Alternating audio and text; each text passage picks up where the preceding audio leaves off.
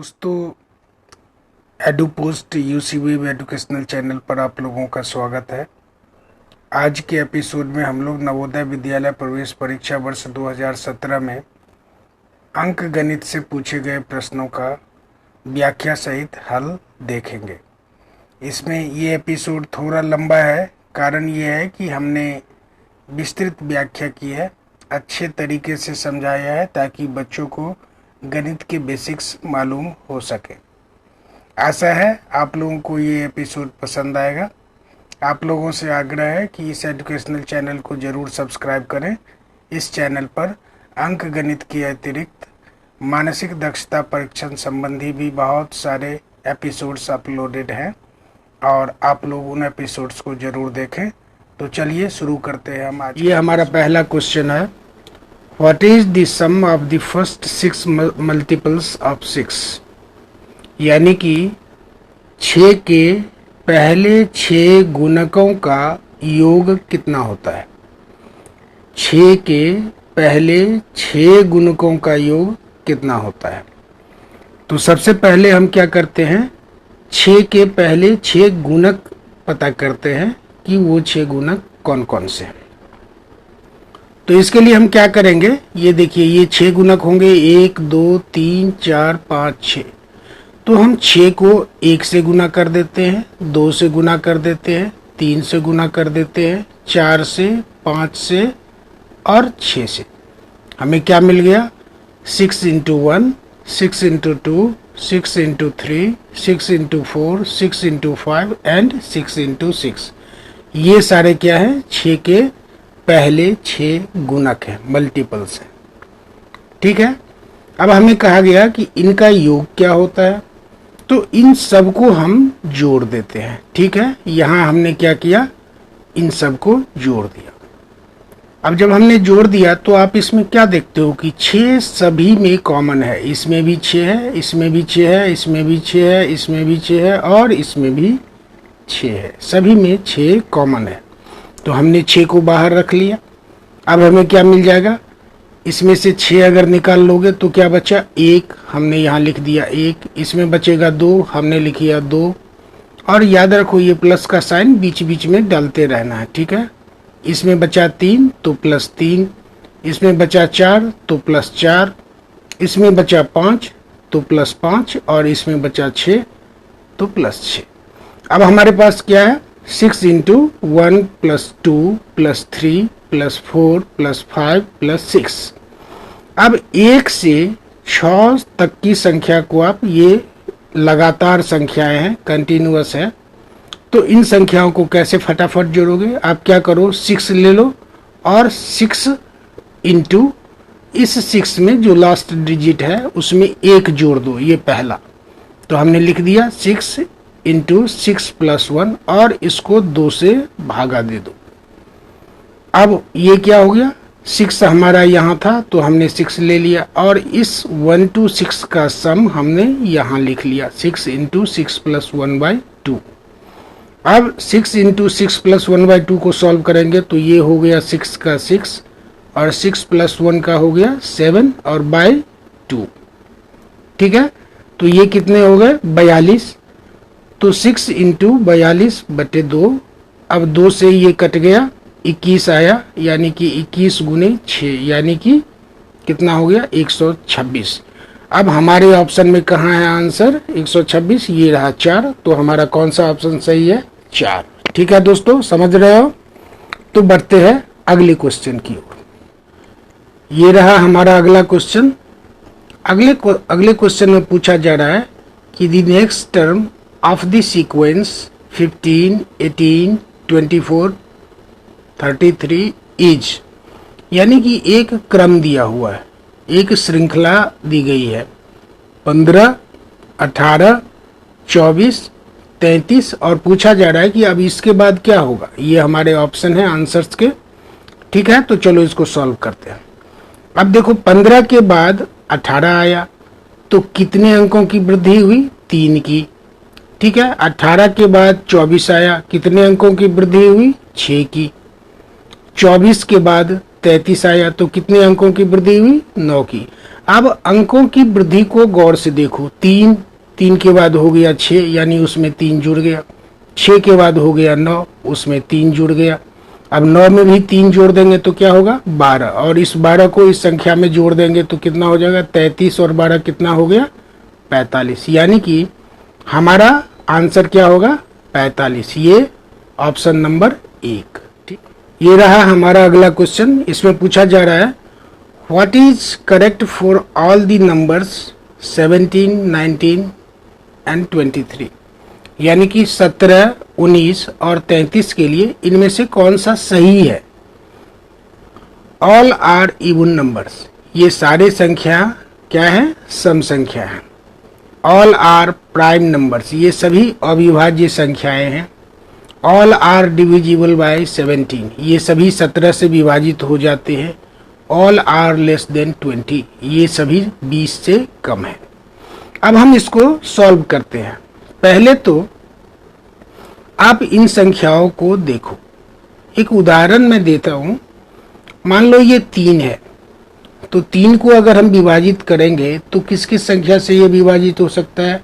एक तो स्वयं 3 से या फिर 1 से।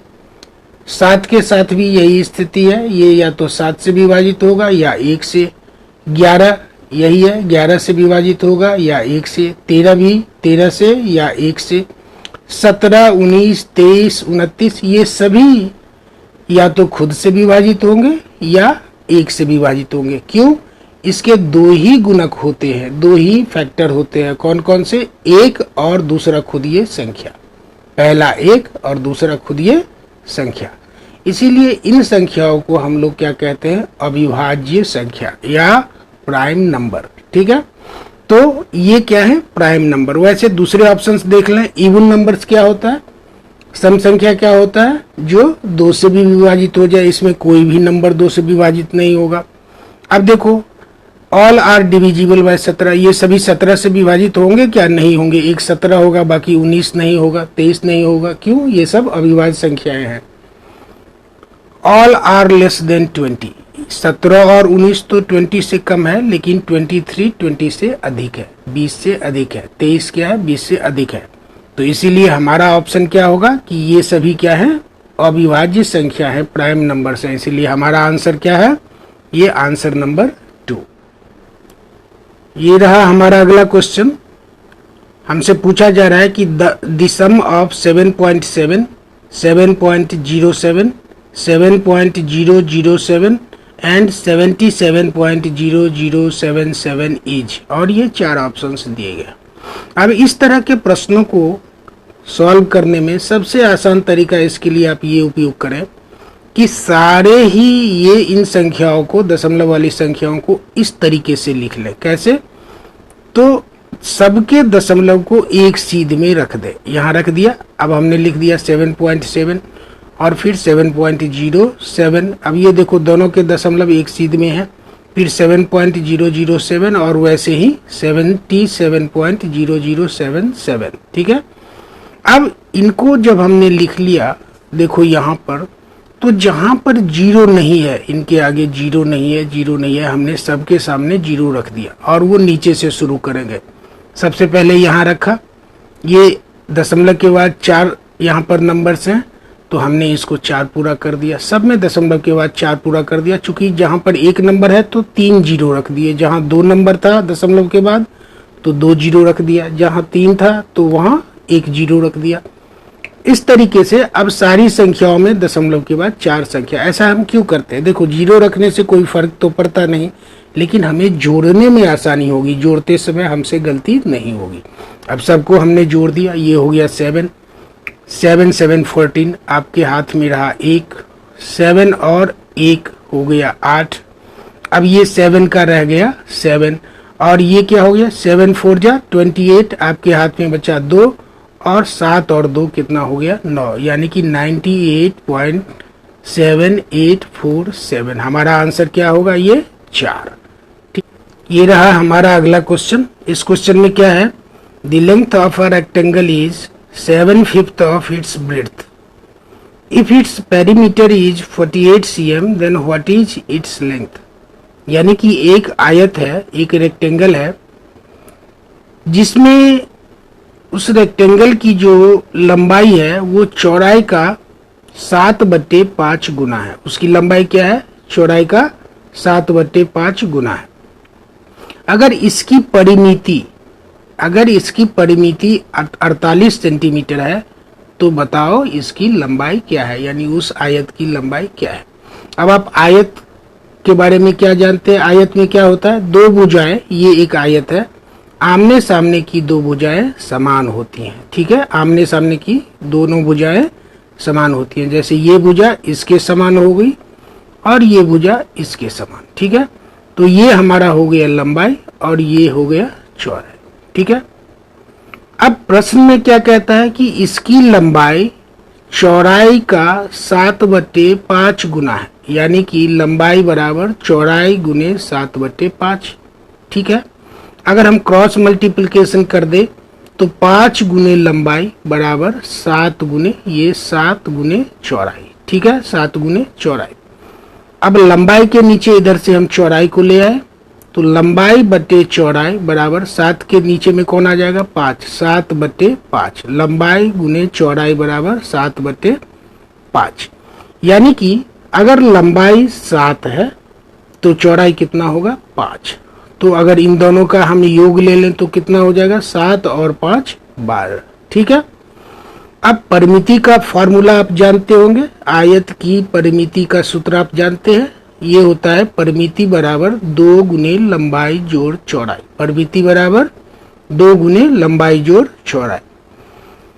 अब देखो इसकी परिमिति हमारे प्रश्न में दिया गया है कि 48 सेंटीमीटर है, तो 48 सेंटीमीटर बराबर 2 गुने, अब लंबाई जोड़ चौड़ाई हमने यहाँ निकाला, ये असली लंबाई और चौड़ाई नहीं है, अनुपात का योग है, यानी कि लंबाई और चौड़ाई के अनुपात का योग है जो एक इकाई हो सकती है। ठीक है, तो 7 जोड़ 5 बराबर 12, तो हमने अभी लिख दिया 12 यहाँ पर। अब आप गौर करो कि 48 सेंटीमीटर है ये, इसकी परिमिति बराबर 2 गुने 12 गुने कितना, हम इस 2 गुने 12 को कितने से गुना कर दें कि वो 48 हो जाएगा।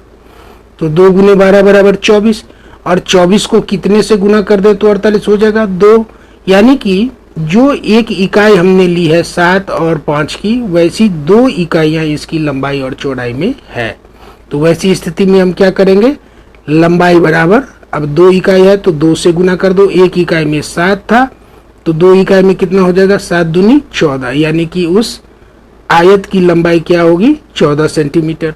अब चौड़ाई के एक इकाई में कितना था? 5 सेंटीमीटर, तो हमने क्या यहाँ पर 2 इकाई पाया है, यानी कि इस पेरीमीटर में चौड़ाई की 2 इकाई है, यानी कि 5 गुने 10 यानी 10 सेंटीमीटर। तो इस आयत की लंबाई कितनी होगी? 14 सेंटीमीटर और चौड़ाई कितनी होगी? 10 सेंटीमीटर। अब हमारा क्वेश्चन है कि उसकी लंबाई क्या है, तो लंबाई कितना हम लोगों ने निकाला? 14 सेंटीमीटर। ये रहा 14 सेंटीमीटर, तो हमारा आंसर क्या हो जाएगा? 3। A bus from A to B covers a distance of 308 kilometers at a speed of 112 km per hour. How much time is taken by the bus to reach B from A? एक बस है जो A से B तक की 308 kilometre की दूरी 112 kilometre प्रति घंटे की रफ्तार से तय करती है। ठीक है, तो हमसे पूछा जा रहा है कि B से A तक आने में उस बस को कितना समय लगेगा। A से B को जाती है और वो दूरी है 308 किलोमीटर। बस की रफ्तार क्या है? 112 किलोमीटर प्रति घंटा। अब हमसे पूछा जा रहा है कि B से A तक आने में उसको कितना समय लगेगा। ये हमारे ऑप्शंस दिए गए, 3 घंटा, 2 घंटा 45 मिनट, 2 घंटा 30 मिनट और 2 घंटा 15 मिनट। तो हम लोग इसको अब सॉल्व करते हैं। ये रहा हमारा A और ये रहा हमारा B, इनके बीच की ये दूरी है 308 किलोमीटर। अब B से बस को कहाँ आना है? A तक, और उसकी रफ्तार क्या है? 112 किलोमीटर प्रति घंटा। आप लोगों ने समय का फॉर्मूला पढ़ा होगा। समय का सूत्र क्या होता है? समय बराबर दूरी बटे चाल। यहाँ पर चाल क्या है? 112 किलोमीटर प्रति घंटा। और दूरी कितनी है 308 किलोमीटर, यानी कि दूरी बट्टे चाल की जगह अब हम दूरी क्या लिख लेंगे 308 किलोमीटर, और चाल क्या लिख लेंगे 112 किलोमीटर प्रति घंटा। तो हो गया 308 किलोमीटर बट्टे 112 किलोमीटर प्रति घंटा।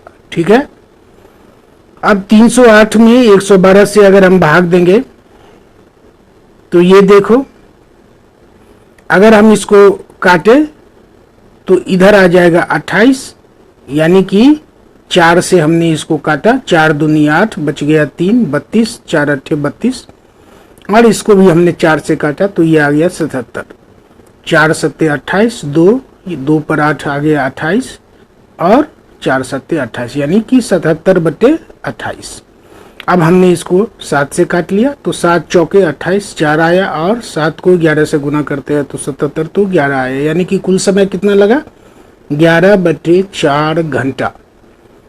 बी से ए तक जाने में कितना समय लगा 11 बटे 4 घंटा, लेकिन हमारे आंसर में तो मिनट वगैरह भी है, ये देख रहे हो, और 11 बटे 4 घंटा तो कोई आंसर है नहीं। तो हमें करना क्या है, सबसे पहले हम घंटा को मिनट में बदलते हैं।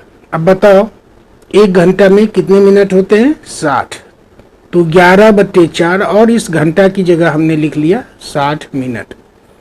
4 से 60 कट गया, आया 15, और 15 को 11 से गुना करोगे तो आएगा 165, यानी कि बी से ए तक जाने में कितना समय लगा 165 मिनट। पहले क्या हम कह रहे थे 11 बटे 4 घंटा, अब इसको हमने मिनट में ऐसे बदल दिया तो हुआ कितना 165 मिनट। ठीक है, अब 165 मिनट का मतलब क्या हुआ 120 मिनट और 45 मिनट। 120 में 45 जोड़ोगे तो कितना होगा 165, तो 165 मिनट को हम ऐसे भी लिख सकते हैं 120 मिनट जोड़ 45 मिनट। अब 60 मिनट का 1 घंटा होता है, तो 120 मिनट कितना घंटा हुआ 60 दूनी 120, 2 घंटा, और ये रह गया 45 मिनट, यानी कि बी से ए तक जाने में हमें कितना समय लगा इस बस को 2 घंटा 45 मिनट। अब हम चलते हैं ऑप्शन में देखते हैं, ये देखो ऑप्शन नंबर 2 क्या है 2 घंटा 45 मिनट, तो हमारा सही आंसर क्या है 2। ठीक है दोस्तों, बढ़ते हैं अगले क्वेश्चन की ओर। ये रहा हमारा अगला क्वेश्चन। इस क्वेश्चन में कहा जा रहा है कि 10 persons can finish a piece of work in 15 days, in how many days the same work can be done by 25 persons। यानी कि अगर 10 व्यक्ति किसी काम को 15 दिन में कर सकता है तो 25 व्यक्ति मिलकर उस काम को कितने दिनों में कर लेंगे, ये हमारा प्रश्न है। और ये उसके उत्तर विकल्प है 6 दिनों में, 12 दिनों में, 15 दिनों में, 18 दिनों में। तो चलो हम इस प्रश्न को हल करते हैं। अब देखो सबसे पहले हमें निकालना है कि वहां काम कितना है, यानी कि वो 10 व्यक्ति 15 दिन जो काम कर रहे हैं तो कुल काम कितना हुआ। तो इसके लिए ये फॉर्मूला याद रखो, कुल कार्य बराबर होगा क्या व्यक्तियों की संख्या गुने दिनों की संख्या। अब कितने व्यक्ति थे 10, तो हमने लिख दिया 10 गुने दूसरा क्या है दिनों की संख्या। दिनों की संख्या कितने थे 15, तो हमने लिख दिया 15, तो 10 गुने 15 बराबर हो गया 150। अभी हम कोई मात्रा नहीं देते हैं, कुल कार्य बराबर 150। अब चाहे 25 आदमी लगे या 75 या 100 कुछ भी लगाओ, काम तो 150 ही है। ये हमने कुल काम निकाल लिया, काम तो 150 है। फिर इसी फॉर्मूले का हम यूज करेंगे, इसी फॉर्मूले का प्रयोग करेंगे। अब कुल कार्य हमारा 150 आ गया बराबर व्यक्तियों की संख्या हमें दिया गया है, तो लिख दिया हमने क्या व्यक्तियों की संख्या गुने दिनों की संख्या, यानी कि व्यक्तियों की संख्या प्रश्न में दिया गया है 25 और दिनों की संख्या हमसे पूछ रहा है। काम कुल कितना था 150, कितने व्यक्ति कर रहे हैं 25, कितने दिनों में कर रहे हैं यही हमें जानना है। ठीक है, तो दिनों की संख्या बराबर क्या हो जाएगी बताओ 150 बट्टे 25, और 150 कितने से ये 25 से काटेंगे तो कितना आ जाएगा 6, यानी कि अगर हम 25 व्यक्ति लगा दे इस काम को करने के लिए तो वो कितने दिनों में इस काम को समाप्त कर देंगे 6 दिनों में। अब चलते हैं इसमें हम अपना आंसर खोजते हैं। ये देखो पहला ही आंसर क्या है 6 दिन, तो हमारा आंसर क्या होगा ऑप्शन नंबर 1। ठीक है, आप समझ रहे हो नहीं समझ रहे हो तो कमेंट सेक्शन में जरूर बताना। बढ़ते हैं अगले क्वेश्चन की ओर। ये रहा अगला प्रश्न। A tub can hold 4 times as much water as in a bucket. If the total capacity of a tub and a bucket is 3 liter and 500 milliliter, what is the capacity of the bucket? अब प्रश्न में क्या कह रहा है कि एक tub है और एक बकेट है। टब की कैपेसिटी इस बकेट की कैपेसिटी से 4 गुना अधिक है, यानी कि इस टब में इस 4 बाल्टी के बराबर पानी आप भर सकते हो। ठीक है, यानी कि एक टब पानी इस 4 बाल्टी पानी के बराबर है। फिर कहता है कि दोनों मिलाकर पानी का कुल मात्रा, ये देखो 3 लीटर 500 मिलीलीटर है। 3 लीटर 500 मिलीलीटर है, किसमें? टब और बकेट मिलाकर। अब चूंकि एक टब 4 बाल्टी के बराबर है, तो उसमें अगर हम 1 बाल्टी और जोड़ दें तो कुल क्या हो जाएगा? 5 बाल्टी। अब 5 बाल्टी में कितना पानी होगा? 3 लीटर 500 मिलीलीटर, इसलिए हमने लिखा 5 बाल्टी की धारिता बराबर 3000 मिलीलीटर। अब 3000 मिलीलीटर कहाँ से आया? 3 लीटर को हमने मिलीलीटर में बदला। आपको पता होगा 1 लीटर बराबर होता है 1000 मिलीलीटर, तो 3 लीटर बराबर कितना होगा? 3000 मिलीलीटर। और ये 500 मिलीलीटर, तो ये दोनों मिलके कितने हो गए? 3500 मिलीलीटर। 3000 मिलीलीटर जोड़ 500 मिलीलीटर, यानी कि 5 बाल्टी में 3500 मिलीलीटर पानी होगा।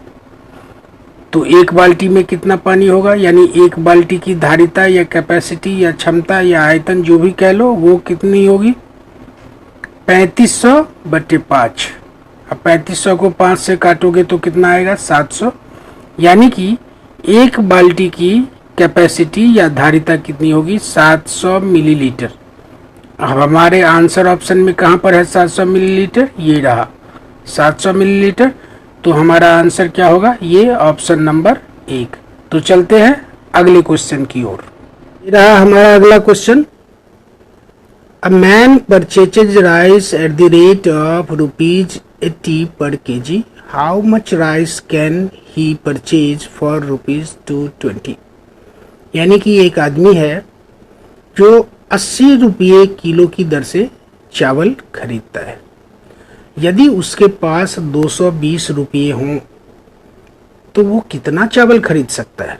और ये हमारा ऑप्शन है 3 किलो, 2 किलो 750 ग्राम, 2 किलो 500 ग्राम या 2 किलो 250 ग्राम। ठीक है, अब चलो इसको सॉल्व करके देखते हैं। अब चावल की दर क्या है? बता रहा है कि रेट ऑफ राइस इज ₹80 पर kg, यानी 80 रुपया पर किलो। यानी 1 किलो चावल की कीमत क्या है? 80 रुपया। और उसके पास पैसे कितने हैं? 220 रुपये। तो चावल कितना मिलेगा? यानी चावल की मात्रा बराबर कुल राशि, यानी जितने पैसे उसके पास हैं, बटे चावल की दर, यानी जिस दर से चावल मिल रहा है। तो कुल राशि कितने हैं? 220 रुपये। और चावल की दर क्या है? 80 रुपया किलो। तो 220 बटे 80। अब इसको हम काटेंगे तो क्या आ जाएगा? ये देखो 0 0 कट गया, 22 बटे 8 किलो। अब इसको तोड़ दो, भिन्न में बदल दो, ये देखो 2.6 बटे 8 किलो। अब हमने क्यों इसलिए भिन्न में तोड़ा कि ये किलो में आ रहा है, हमें ग्राम में भी बदलना पड़ेगा। तो देख लेते हैं। तो 2 किलो और 6 बटे 8 किलो, इसको हम ऐसे भी लिख सकते हैं 2 किलो जोड़ 6 बटे 8 किलो। अब 2 किलो का तो 2 किलो ही लिख दिया और 6 बटे 8 यहाँ आ गया। और 1 किलो का मतलब क्या हुआ? 1000 ग्राम, यानी कि 6 बटे 8 गुने 1000 ग्राम। अब 4 से ले लो, 4 दूनी 8, ये कट गया। और 4 से ये कटेगा 250 आएगा। अब 2 से ये 6 कट जाएगा तो 3 आएगा। और 3 और 250 को गुना कर दोगे तो कितना आ जाएगा? 750 ग्राम। और पहले से हमारे पास 2 किलो है, तो कुल चावल वो 220 रुपये में कितना खरीद सकता है? 2 किलो 750 ग्राम, या इसको तुम 2.750 kg भी बोल सकते हो। अब ये आंसर हमें कहाँ मिल रहा है, ये देखो ऑप्शन नंबर 2 में 2.750 kg। तो हमारा आंसर क्या है, 2। ठीक है, बढ़ते हैं अगले क्वेश्चन की ओर। ये रहा हमारा अगला क्वेश्चन। क्वेश्चन क्या कह रहा है, गौर से सुनो। Amit scored 10 marks less than Joseph in an examination. यानी कि अमित जोसेफ से 10 नंबर कम लाया एक परीक्षा में। He scored 15 marks more than Joseph. अब एक दूसरा विद्यार्थी था अली, उसने जोसेफ से 15 मार्क अधिक लाया।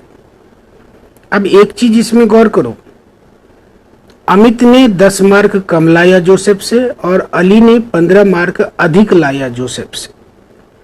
अमित ने 10 मार्क कम लाया जोसेफ से और अली ने 15 मार्क अधिक लाया जोसेफ से।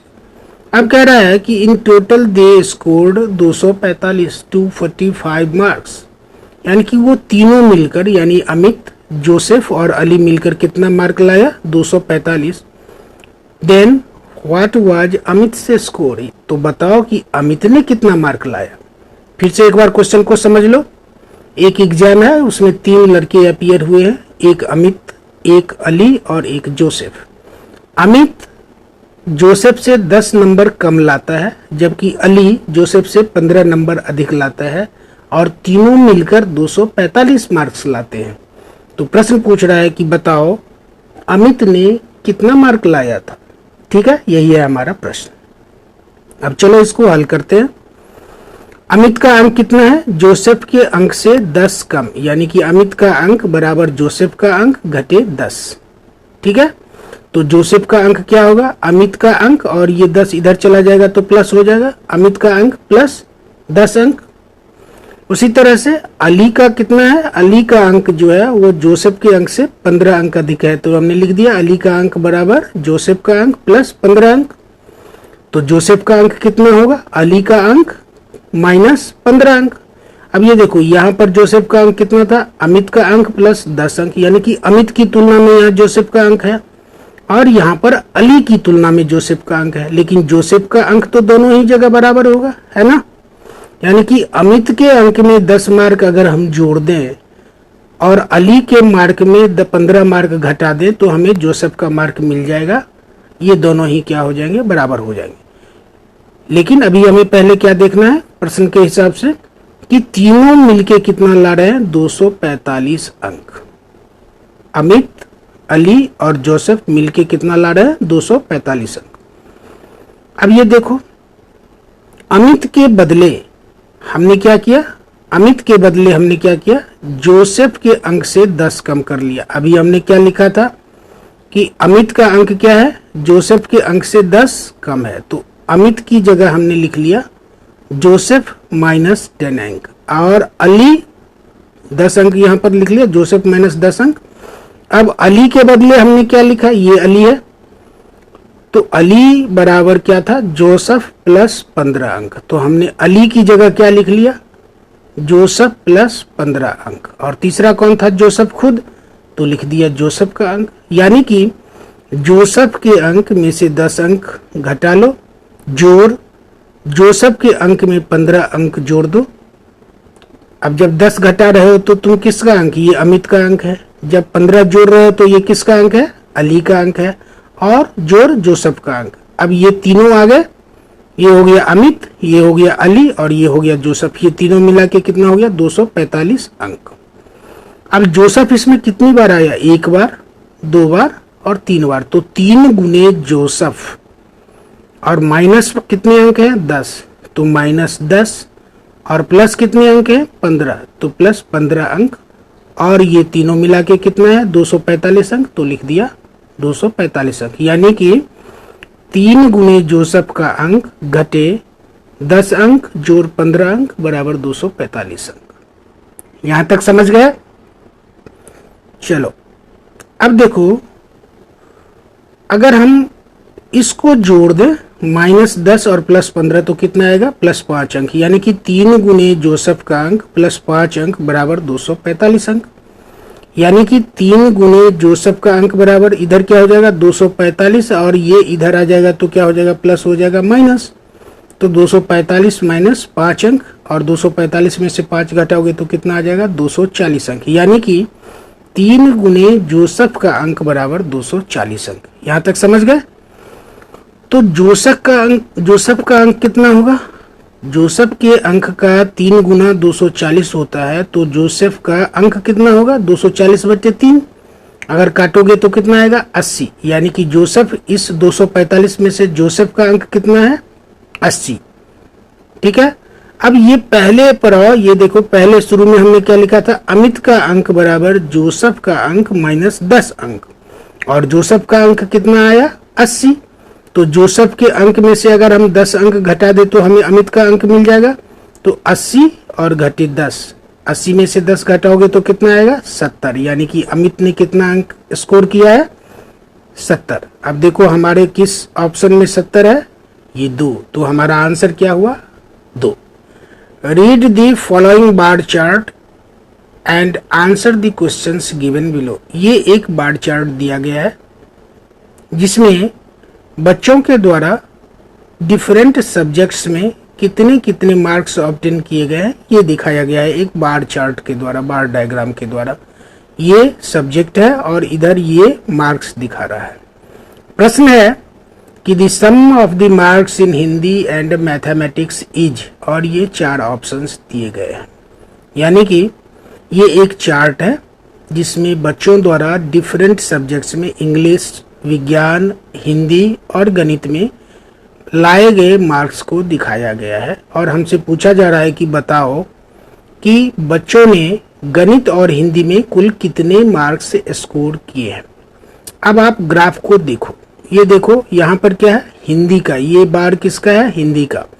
तो इसके सामने लेफ्ट में हम चलते हैं और देखते हैं कि बच्चे ने कितना स्कोर किया। ये देखो 60, तो हिंदी में कितने अंक आए बच्चों को 60।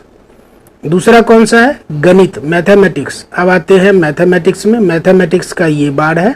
अब इसके सामने हम बाईं ओर देखते हैं कितने मार्क्स लाया बच्चों ने 70। यानी कि गणित में कितने अंक आ गए 70। अब दोनों का कुल योग कितना होगा, तो 60 और प्लस 70 कुल कितने होगा 130। ऑप्शन में देखते हैं, ये रहा 130। तो हमारा आंसर कौन सा हुआ ऑप्शन नंबर 3। कितना आसान है, समझ गए। ठीक है, बढ़ते हैं अगले क्वेश्चन की ओर। ये रहा हमारा अगला क्वेश्चन आज का। Ramesh has 22.5 liters of milk and Rohan has 20.2 liters of milk. However, they realize that they do not have enough milk as they require 43.5 liters milk in total to deliver in a restaurant. How much more milk they require to arrange to fulfill the need of the restaurant? और ये 4 options दिए गए हैं कि कितना दूध होने चाहिए। अब देखो एक आदमी है रमेश, उसके पास 22.5 लीटर दूध है, और दूसरा बंदा कौन है रोहन, उसके पास 20.2 लीटर दूध है। इन दोनों की एक बात हुई रेस्टोरेंट से दूध सप्लाई करने की, और वो रेस्टोरेंट वाला तभी दूध लेगा जब उसे 43.5 लीटर दूध मिलेगा एक साथ। लेकिन इन दोनों के पास उतना दूध तो है नहीं, तो बताओ कि कितना दूध इन लोगों के पास और हो, जो है उसके अलावे और कितना दूध हो कि वो इस रेस्टोरेंट वाले को 43.5 लीटर दूध दे सके। और ये हमारा आंसर ऑप्शन है। ठीक है, तो चलो सॉल्व करते हैं। क्वेश्चन आप लोगों ने समझ लिया। अब रमेश के पास कितना दूध है 22.5 लीटर, और रोहन के पास कितना दूध है 20.2 लीटर। अब दोनों मिलाकर कितना होगा, तो 22.5 जोड़ 20.2 लीटर, यानी कि 42.7 लीटर। दूध कितना चाहिए 43.5 लीटर। तो जो रेस्टोरेंट में दिया जाने वाला दूध है वो है 43.5 लीटर। इन दोनों के पास अभी है 42.7 लीटर। तो और कितना दूध चाहिए, यानी आवश्यक दूध की मात्रा क्या है, तो जो दूध दिया जाना है यानी दिया जाने वाला दूध घटे माइनस उपलब्ध दूध, यानी कि जो अभी है। तो दिया जाने वाला दूध कितना है 43.5 लीटर, अभी कितना है 7 लीटर। तो कितने दूध की आवश्यकता है, घटा लो, 43.5 घटे 42.7, ये हो गया।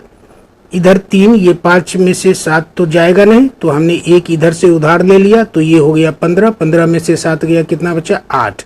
अब 3 में से 1 उधार लिया तो कितना बचा था 2, अब 2 में से 2 जाएगा तो 0, 4 में से 4 जाएगा तो 0, यानी कि कितना दूध चाहिए 0.8 लीटर, यानी कि 0.8 लीटर। अब हम अपने ऑप्शन में देखते हैं कहाँ है आंसर में, ये देखो ऑप्शन नंबर 3, 0.8 लीटर। तो हमारा आंसर क्या है 3। ठीक है, आप समझ रहे हो। बढ़ते हैं अगले क्वेश्चन की ओर। ये रहा हमारा अगला क्वेश्चन। क्या क्वेश्चन कह रहा है कि दी फॉलोइंग पिक्टोग्राफ, ये एक पिक्टोग्राफ है, तो the following pictograph shows the number of orange boxes sold by a trader in first 3 days of a week. सोमवार को इतना, मंगलवार को इतना और बुधवार को इतना। ठीक है, और ये हर बॉक्स 30 बॉक्स के बराबर है, यहाँ लिखा हुआ है, ये जो आप स्क्वायर देख रहे हो हर स्क्वायर 30 बॉक्स के बराबर है। ठीक है, तो आपसे प्रश्न क्या पूछा जा रहा है कि if he still has 140 boxes of oranges left, how many boxes he had initially. अब सोमवार, मंगलवार और बुधवार मिला के उसने इतने तो बेच लिए। अब प्रश्न कहता है कि अभी भी उसके पास 140 बॉक्स हैं, तो बताओ शुरुआत में उसके पास कुल कितने बॉक्स थे। ये है हमारा प्रश्न और ये है उसके आंसर ऑप्शंस। ठीक है, प्रश्न आप समझ लिए। एक बंदा है, यानी एक व्यापारी है, वो सोमवार को इतना ऑरेंज बेचता है, मंगलवार को इतना, बुधवार को इतना, इसमें से हर स्क्वायर 30 बॉक्स के बराबर है, हर स्क्वायर, ये भी 30, ये भी 30, ये भी 30, ऐसे। और इतना बेचने के बाद भी 140 बॉक्स उसके पास शेष बचा रहता है। तो बताओ शुरू में, यानी कि जब उसने बेचना शुरू नहीं किया था, तब उसके पास कुल कितने बॉक्स थे।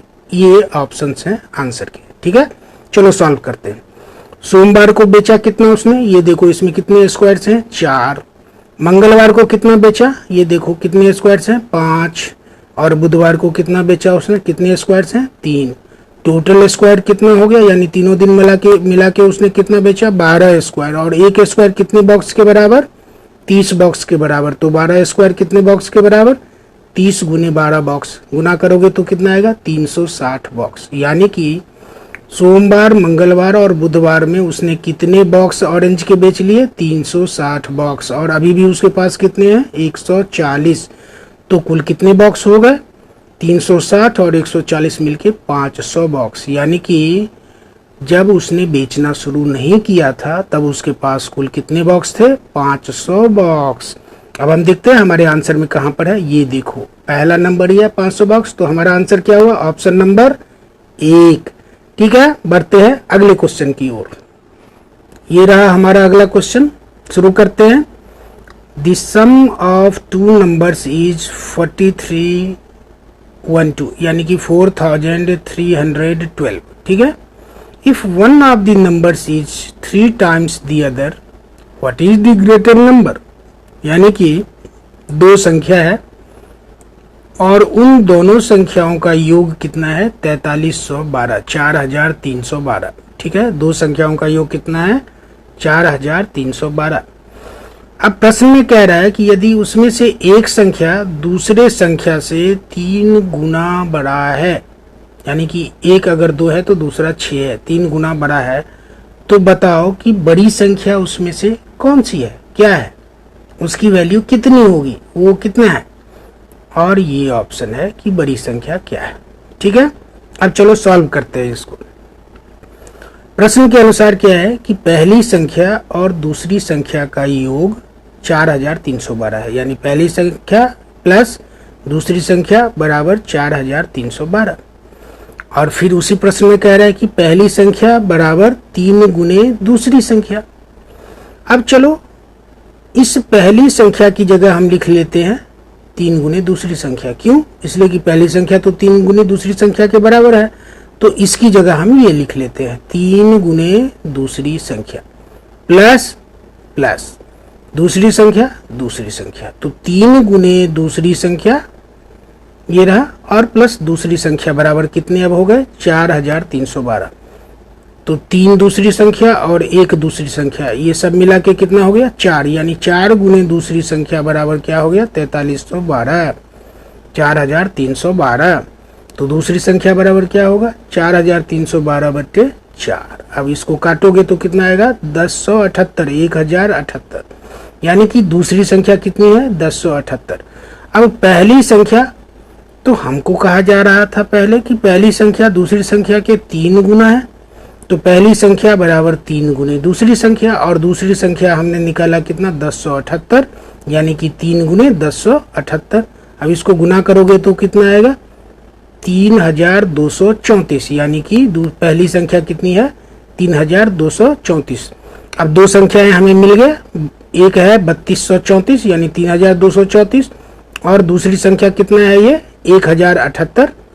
अब इन दोनों में बड़ी कौन है, ओबियस है 3234, और हमसे पूछा क्या जा रहा है कि बड़ी संख्या बताओ, तो बताओ बड़ी संख्या क्या होगी, ये 3234। कौन सा ऑप्शन 4, कौन सा हुआ हमारा आंसर 4। समझ रहे हो, ठीक है। बढ़ते हैं अगले क्वेश्चन की ओर। ये रहा हमारा अगला question. In the following addition find the missing digits. ये दिखाया गया है 98204 प्लस 61, एक ये सिंबल एक ये सिंबल, और 8 बराबर कितना आता है जोड़ के 16, ये सिंबल 192। अब इन सिंबल्स की जगह कौन सी संख्या आएगी हमें ये पता करना है, और जो संख्या आएगी वो इन ऑप्शन में से कोई एक है। इन सिंबल की जगह जो संख्याएं आएंगी वो इनमें से कोई एक है। तो चलो हम संख्या को पहले लिख लेते हैं। ये रहा, हमने लिख लिया 98204, और उसके नीचे में ये था 61, और उसके बाद 2 सिंबल और 8 लिख लिया, 2 सिंबल और 8, ये 61। ठीक है, अब दोनों को जोड़ रहे हैं। 4 और 8 को जोड़ोगे तो कितना आएगा 12। आपके पास बचेगा कितना 1। ठीक है, आपके पास कितना बचा 1। अब ये एक तो श्योर हो कि इसमें एक ये आएगा, लेकिन उस एक में कितना हम जोड़ेंगे कि वो 9 हो जाएगा। ये तो 0 है, ये पहले से तय है, और एक हमारे पास ये बचा हुआ है, तो इस एक में कितना हम जोड़ें कि ये 9 आ जाएगा।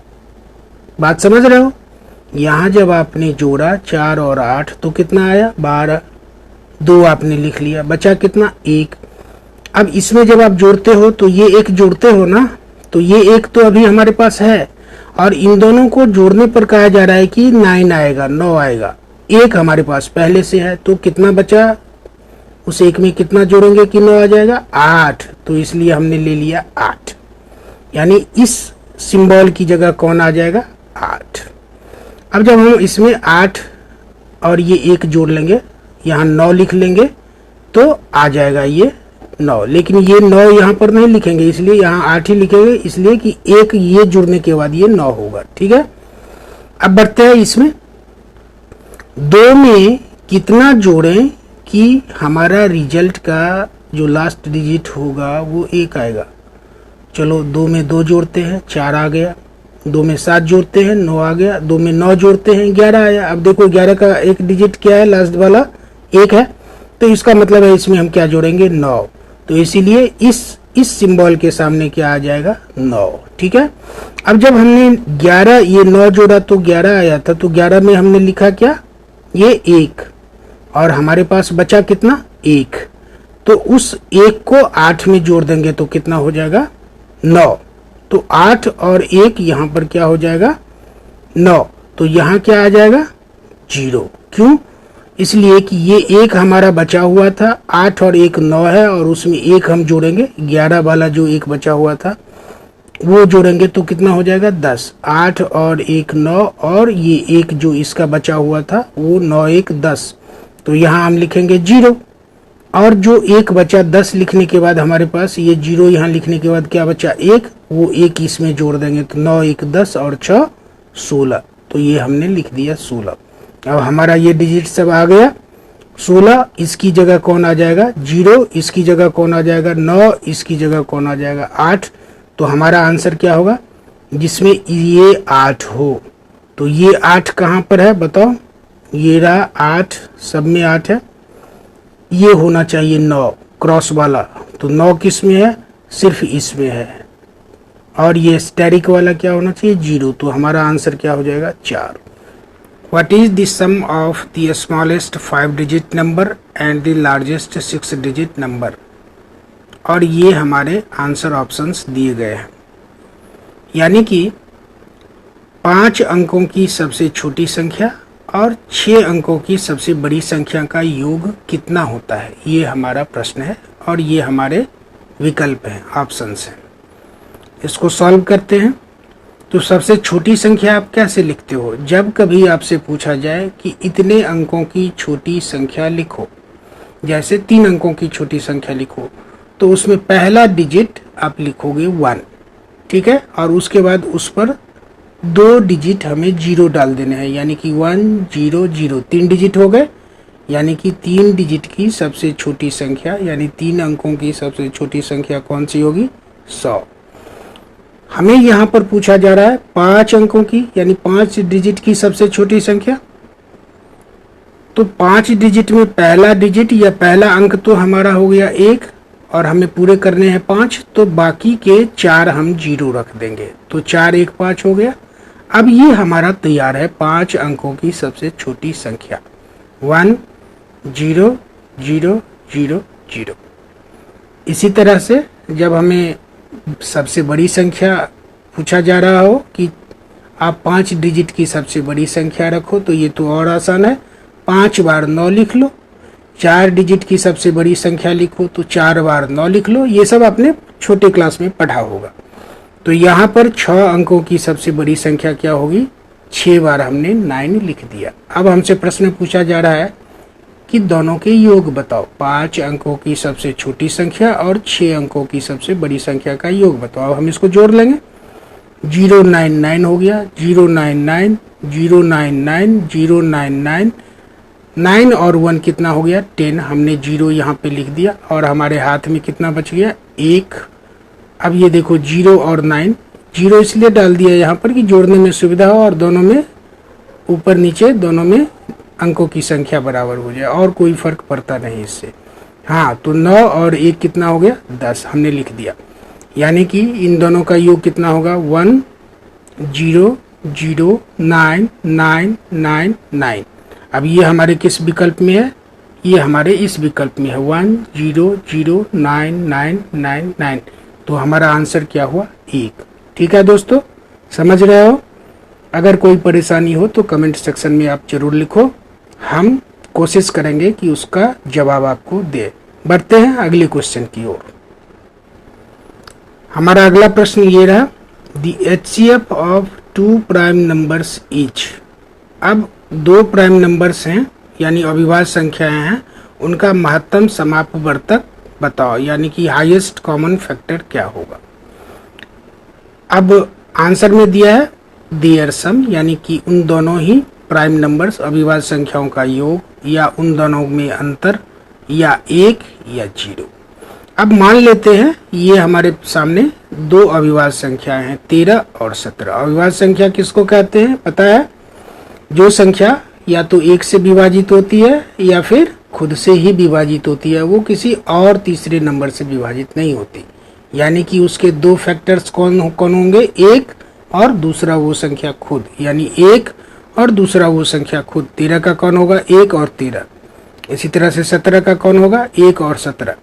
अब इस फैक्टर को हमने इस रूप में लिख लिया, 13 का हो गया 1 गुने 13, 17 का हो गया 1 गुने 17। अब इसमें सबसे बड़ी संख्या कौन है जो कॉमन है दोनों में, ये देखो 1 से बड़ी संख्या कोई नहीं है जो 2 इन अविभाज्य संख्याओं के बीच में कॉमन हो, यानी कि एक ही दोनों में कॉमन है।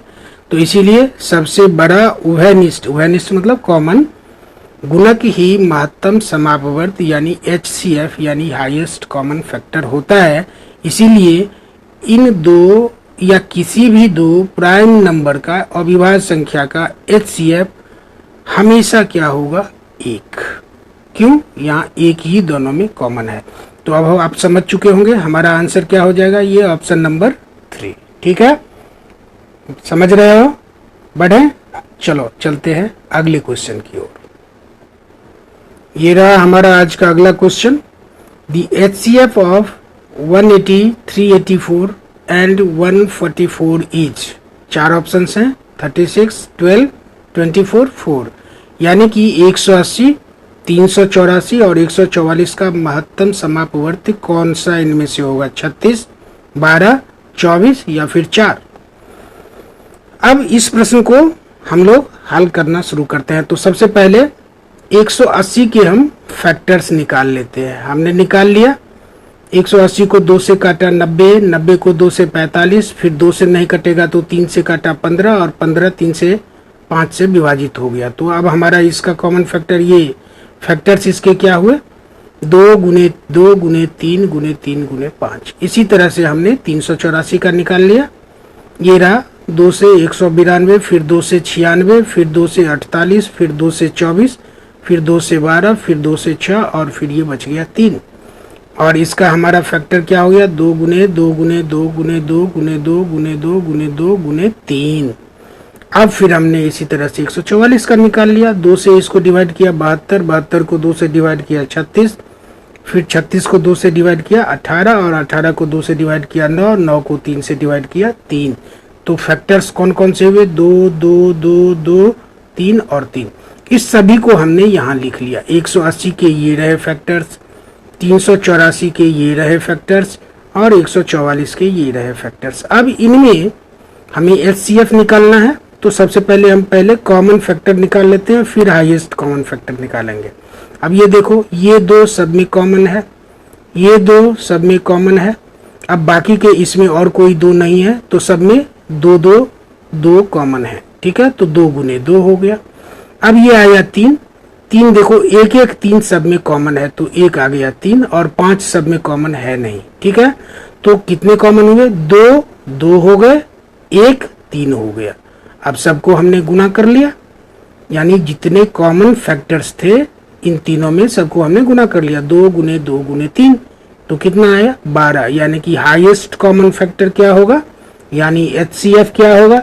यानी महत्तम समापवर्त क्या होगा? ये देखो 12। तो हमारा आंसर क्या हुआ? 2। ठीक है, बढ़ते हैं अगले क्वेश्चन की ओर। Which expression results in a value greater than 1? ठीक है, कि निम्नलिखित में से कौन सा व्यंजक का मान या किस व्यंजक का मान इन चारों में से 1 से बड़ा है? ठीक है, चलो हम इसको सॉल्व करके देखते हैं। 1/2 जोड़ 1/3, अगर इसको तुम सॉल्व करोगे तो ये क्या आएगा? 3 जोड़ 2, ये देखो 3 गुने 2 बराबर 6 हो गया। और इधर से आ गया 3 गुने 1 3 और 2 गुने 1 2, तो 3 2 5/6। 5/6 1 से छोटा होगा। क्यों? ऊपर वाला नीचे वाले से जब छोटा होता है तो वो हमेशा उसका मान क्या होगा? 1 से कम होगा।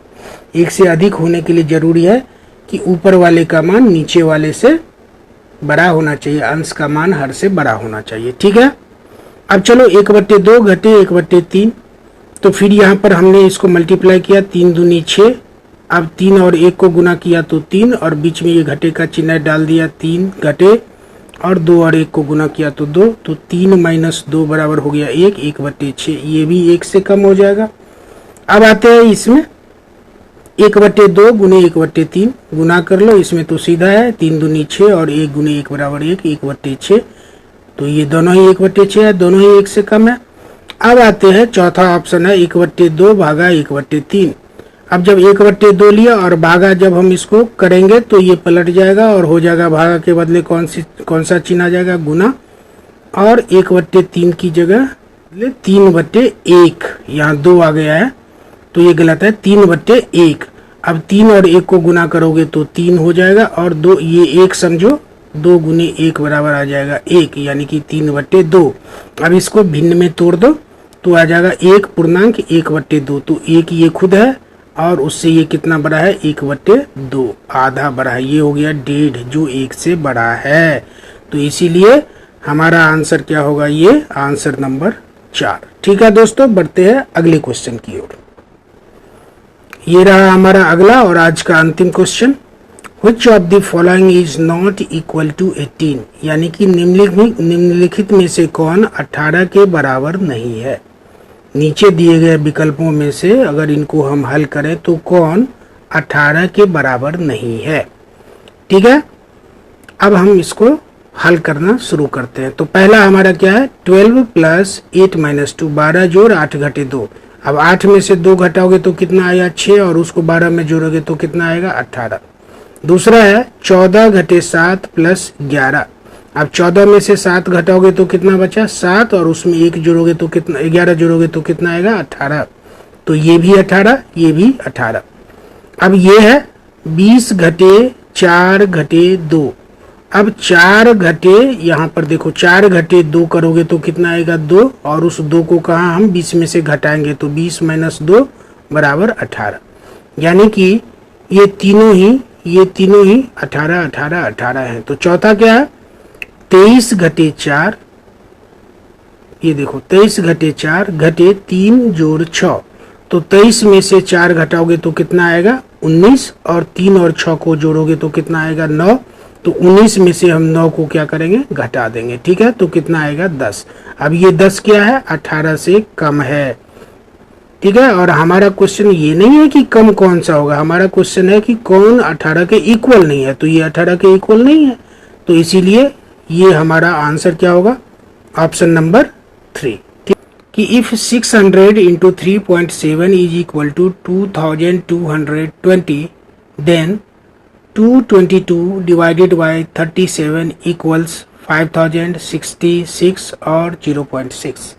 हमारा क्या है प्रश्न कि यदि 600 गुने 3.7 बराबर 2220 होता हो तो 222 भागा 37 बराबर कितना होगा। ये 4 विकल्प दिए गए हैं, पहला 6000, दूसरा 60, तीसरा 6 और चौथा 0.6। अब इसको हम कैसे सॉल्व करेंगे, चलो एक आसान तरीका खोजते हैं। हम इसको उठाकर यानी कि 600 इंटू 3.7 को ऐसे ही उठाकर यहाँ पर लिख देते हैं। 600 इंटू 3.7 इज इक्वल टू 2220। 600 गुने 3.7 बराबर 2220। इसको हम ऐसे लिख लिया, क्वेश्चन में जैसा लिखा हुआ वैसा ही यहाँ लिख लिया। अब देखो 3.7 यानी 3.7 को आप लोगों ने भिन्न में बदलना, फ्रैक्शन में बदलना सीखा होगा। दशमलव की जगह हमने ले लिया 1, और दशमलव के आगे बाद में जितने भी अंक हैं उतने जीरो रख लिया। यहाँ पर 1 अंक है तो हमने 1 जीरो रखा। तो इसको हम कैसे लिख सकते हैं 600 इंटू 37/10 यानी 600 गुने 37/10 बराबर 2220 हमने लिख दिया। अब हम क्या करते हैं अगले स्टेप में इसको क्रॉस मल्टीप्लिकेशन कर देते हैं, कोना कोनी गुना करते हैं।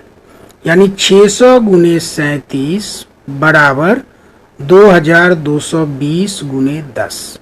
अब 2220 को 10 से गुना करोगे तो कितना आएगा 22200, ठीक है। और 600 गुने ये 37 था। तो अगर हम 600 के बराबर लें तो 2220 में हमें 37 से भाग देना होगा। क्यों, जो इधर गुना था वो इस तरफ आएगा तो क्या हो जाएगा भागा। तो 600 बराबर 22,200 भागा 37। अब चलो दोनों तरफ हम 100 से भाग दे देते हैं। तो 600 में इधर भी हमने 100 से भाग दे दिया और 22,200 में भी 100 से भाग दे दिया, और ये 37 वाला भागा तो पहले से है ही। तो 600 में अगर 100 से हमने भाग दिया तो हमारा रिजल्ट क्या आया 6, और 22,200 में हमने 100 से भाग दिया तो कितना आया 222, और ये भागा 37 तो पहले से ही है। तो 6 बराबर क्या हो गया 222 भागा 37। अब याद करो अपना क्वेश्चन में क्या था 222 भागा 37 बराबर क्या होगा। यहाँ पर 222 भागा 37 बराबर क्या है 6। तो तुम्हारा आंसर क्या हो गया 6, है ना आसान। चलो इसी तरीके से हम लोग पढ़ते रहते हैं, आगे बढ़ते हैं अगले क्वेश्चन। ये रहा हमारा अगला क्वेश्चन।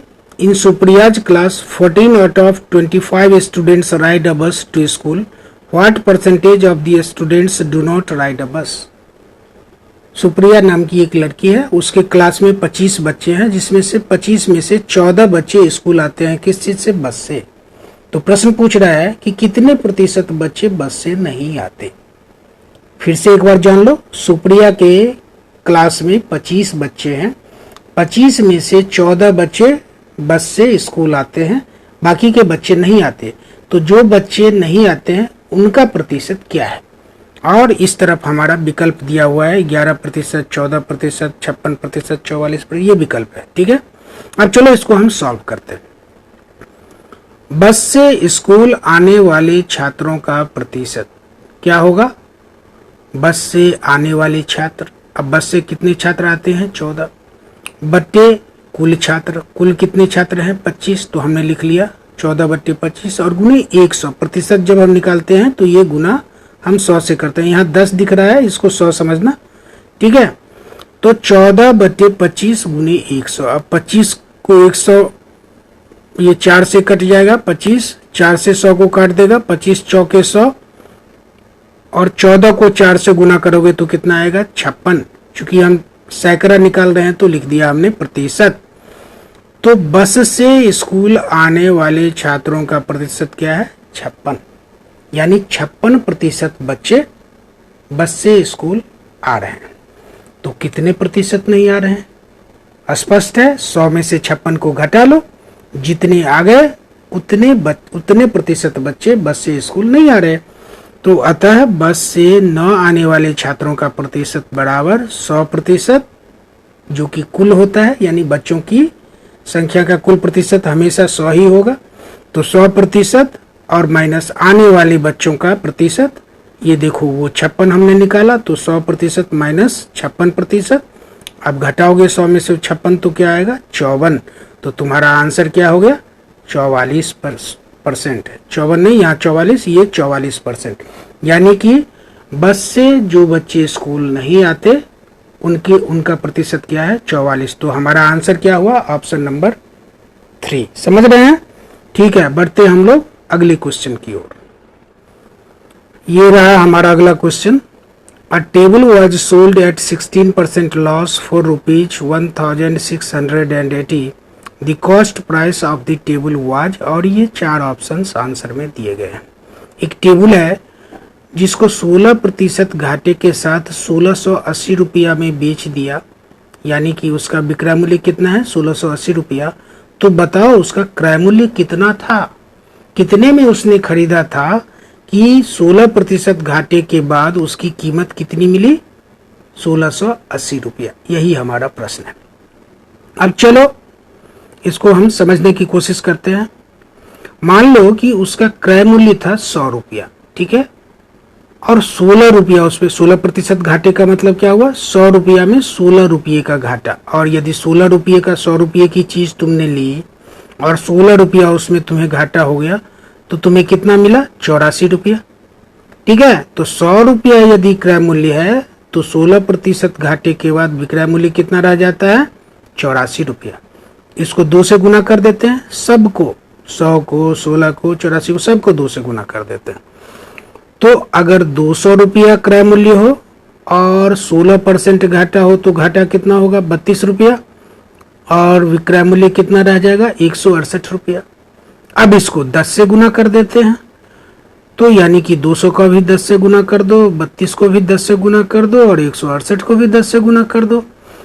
तो 200 को 10 से गुना करोगे तो 2000, 32 को करोगे तो 320 और 168 को करोगे तो 1680। यानी कि अगर 2000 रुपया क्रय मूल्य हो और 16% का घाटा जो कि 320 रुपये के बराबर होता है हो, तो उसका विक्रय मूल्य क्या रह जाएगा 1680। अब क्वेश्चन को याद करो कि उसका विक्रय मूल्य क्या रह जाता है 1680। और यदि 1680 विक्रय मूल्य हो और 16% का घाटा हो तो क्रय मूल्य क्या होता है 2000। यानी कि तुम इस विक्रय मूल्य से इस क्रय मूल्य पर पहुंच गए। यानी कि हमारा आंसर क्या होगा ये ऑप्शन 3। ठीक है, इसको एक दूसरे तरीके से भी हम लोग कर सकते हैं। ये रहा वो क्रय मूल्य घटे क्रय मूल्य का 16%, उसको घाटा होता है इसलिए हमने घाटा लिखा है, यहाँ माइनस का चिन्ह लगाया है। तो 16/100, 16% का मतलब 16/100। तो क्रय मूल्य घटे क्रय मूल्य का 16% बराबर 1680। ये उसका क्या है विक्रय मूल्य, यानी कि उसकी कीमत घटे कीमत का 16% बराबर विक्रय मूल्य। ठीक है, अब क्रय मूल्य और और इसको हमने क्रॉस मल्टीप्लिकेशन कर दिया, तो ये क्या हो गया, क्रय मूल्य गुने 100, और बीच में ये क्या चिन्ह है, माइनस, तो लिख दिया माइनस, क्रय मूल्य गुने 16, ये लिख दिया 16 गुने क्रय मूल्य, यानी कि 100 गुने क्रय मूल्य घटे 16 गुने क्रय मूल्य बराबर 1680, और ये इसका क्रॉस मल्टीप्लिकेशन इधर भी होगा, तो ये हो गया 1680 गुने 100। अब आपके सामने एक नया समीकरण है, 100 गुने क्रय मूल्य घटे 16 गुने क्रय मूल्य बराबर 1680 गुने 100। अब 100 क्रय मूल्य में से 16 क्रय मूल्य घटाया तो कितना बच गया, 84 क्रय मूल्य, और 1680 को 100 से गुना हमने यहाँ पर कर दिया, ठीक है। अब 84 क्रय मूल्य बराबर 1680 गुने 100, तो एक क्रय मूल्य बराबर, यानी कि क्रय मूल्य बराबर 1680 गुने 100 बट्टे 84, ठीक है।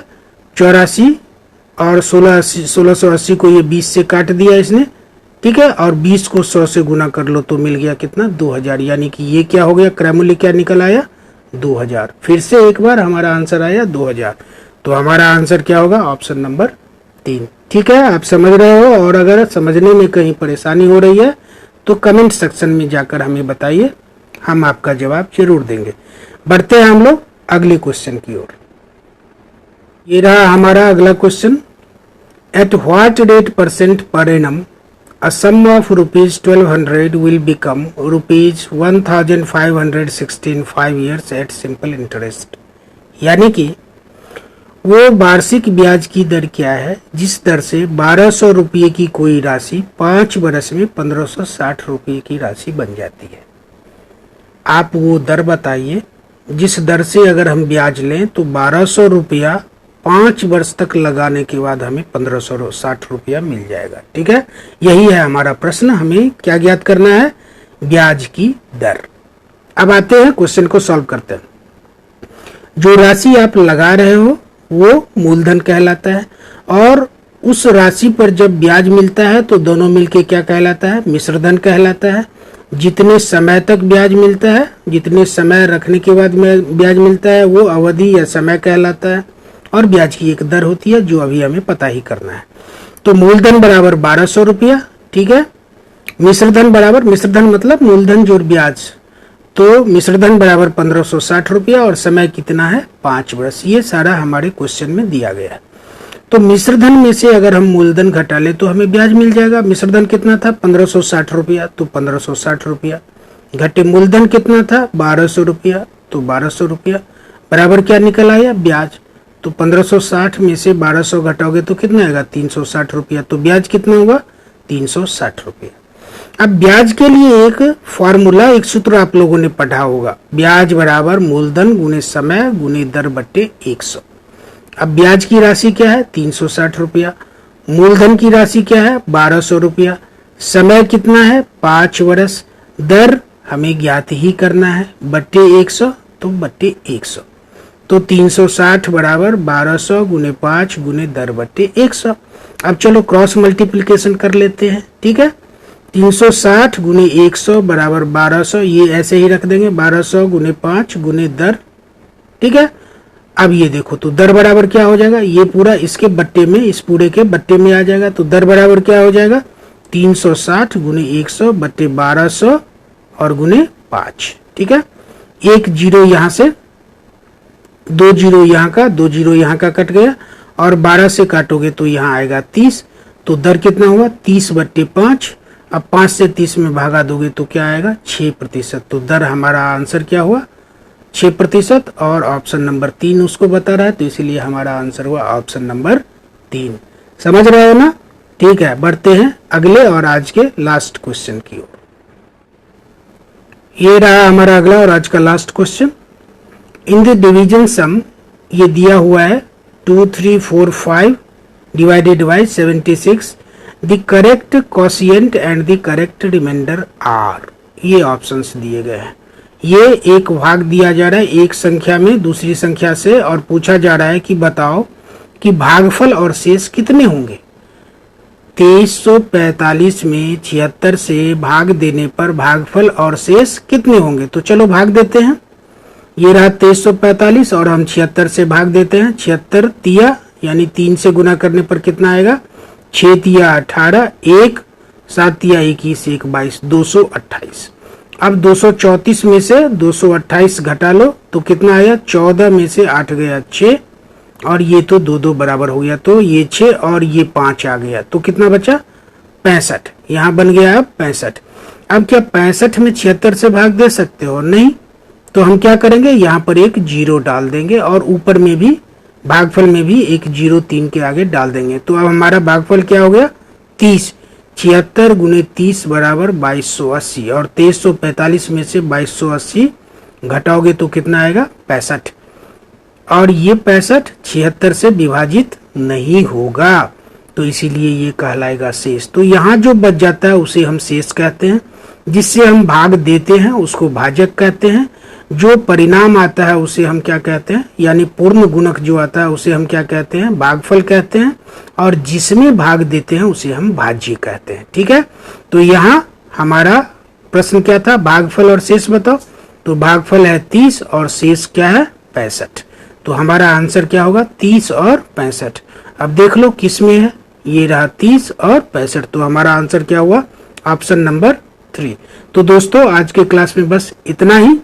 आशा है आपने कुछ सीखा होगा, आपको अच्छा लगा तो हमें कमेंट सेक्शन में जरूर जाकर बताएं। एक चीज और बताना चाहता हूं कि इसी चैनल पर अभी आप नवोदय का अंक गणित पढ़ रहे हो और इसी चैनल पर मेंटल एबिलिटी टेस्ट यानी मानसिक दक्षता परीक्षण से संबंधित बहुत सारे एपिसोड्स आए हैं, आ चुके हैं और आगे भी आ रहे हैं, लगातार आएंगे, 365 दिन आएंगे। तो आप इस चैनल को सब्सक्राइब कर लें और दोनों की बहुत अच्छी से आप तैयारी करें। इस चैनल से जुड़ने के बाद और लगातार हर दिन इन सारे एपिसोड्स को देखने, सुनने, समझने और इसकी प्रैक्टिस करने के बाद आपको, मुझे नहीं लगता कि किसी और जगह कुछ और पढ़ने की जरूरत पड़ेगी और नवोदय में आपकी सफलता या दूसरे अन्य परीक्षाओं में भी आपकी सफलता आपको जरूर हासिल होगी। ठीक है दोस्तों, तो आज के लिए बस इतना ही। आपका बहुत बहुत धन्यवाद। मिलते हैं अगली क्लास में।